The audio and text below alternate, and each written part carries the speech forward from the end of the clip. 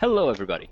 Today we're going to be talking about an AC that I made with the intention of maximizing the amount of explosives being thrown around. Not necessarily the highest explosive damage per hit, just most explosives being thrown around. For that, I went and got just... Initially it was most volume of missiles, but eventually the build grew with experimentation until I got what you see here. It's got very high reload, it's got a good amount of missiles being thrown around, and it's got speed so it can reposition when needed, good lock on, capable of locking onto multiple targets, and deals immense stability damage and immense explosive damage on stability break and out of stability break. It is lightly armored, like I mentioned. It doesn't use the Santai generator, so it's not going to recover energy as fast, which means you're going to need to work on positioning. You can't just weave in and out of a battle as much as you would with, say, a more agile build. But if you're staying at range, it's more than enough. I've got very good thrust speed with this one, so you can stay far away from opponents very easily, and they can't really do much about it. And if they do try to get close, you do have the Taiyang Shao melee weapon to deal with them and then back away while they're still recovering from the stability break, while you're still peppering them with missiles all the while. So, as you can see, it's quite effective. With regards to the AC specs, I'm using the MLT-04 on my right arm. It fires 4 missiles, it's got really good reload speed, it's got really good missile speed, so it's very hard to dodge if enemies are coming towards you, or if they're far enough away that the missile has time to course correct. With regards to my melee weapon, I'm using the Taiyang Shao explosive thrower. I switched to it from another missile launcher because I felt as though the build didn't really have a way to capitalize on an ACS break, which it gets plenty of due to just how much stability damage the missiles deal. So I switched this, and I found that it makes a huge difference having this. It's a really good melee weapon. It's got good range, it's got good reload, it can fire in 2 different modes, either in a cone or in a straight line. Very good. For my back units, I'm using the MLT-10 missile launchers. Fires 10 missiles, can multi-lock, very reliable. Before that, I was using the VTC-12 vertical missile launchers because it just fired more missiles, and so I figured, oh, more is better. But I'll be honest, I don't really like the vertical missile launchers. They don't give the same variety of fire. They don't have the same versatility as these ones.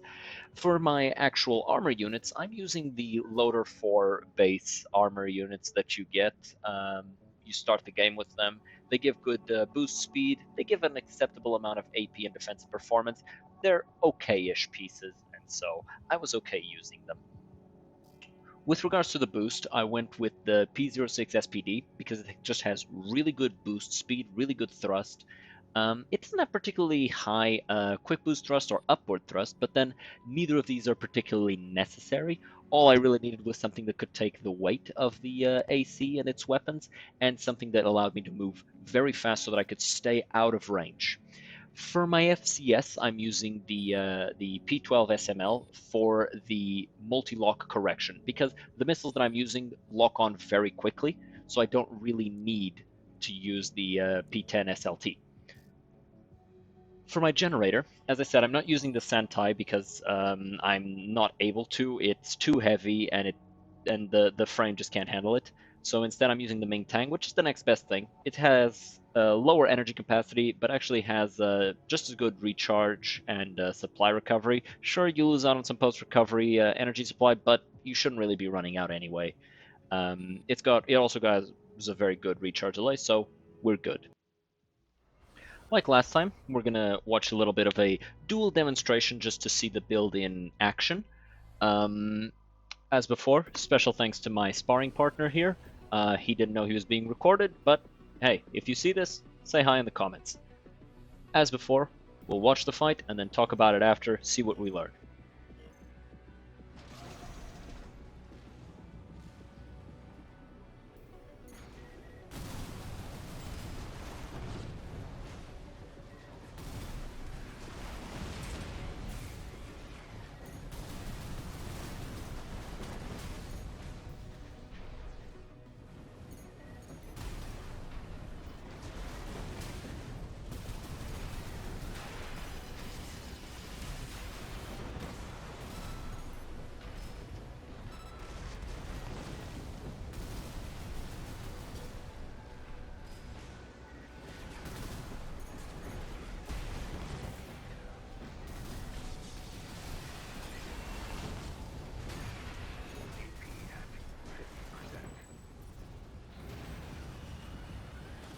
As you saw, the missiles themselves aren't particularly difficult to avoid, but the Taiyang Shao very much is. It's almost an instantaneous explosion that covers a very wide swath in front of you.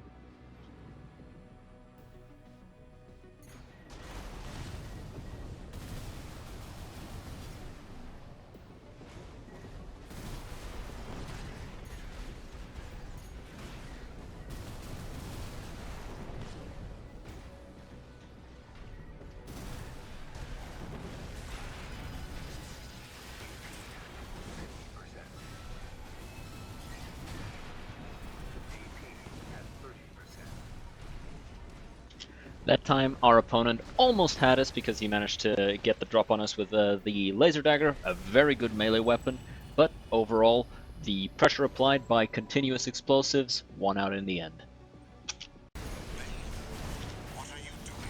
As always, I'd like to thank everybody so very much for watching. I really appreciate it. If you end up using this build, let me know how you like it and if you're successful with it, and if you have any improvements that you'd like to suggest for it. I'm always open to learn more about the game. I really like this game. I've got some other builds going. The next one is going to be a bit more melee centric. I'm really excited to show you guys that one because I workshopped the combo for a very good amount of time. It took me like 10+ hours just to get it perfect, you know, figure out something that works both for PvE, especially the larger fights, and something that works on PvP with the more agile opponent. But regardless, I hope you enjoyed this build. I know I did. I really enjoyed workshopping it, figuring out what works for both scenarios that this game allows, and that are both equally important. Overall, thank you so much for being here. Thanks so much for watching the video all the way to the end. If you do want to see more of me, I'm on Twitch, I'm on Twitter.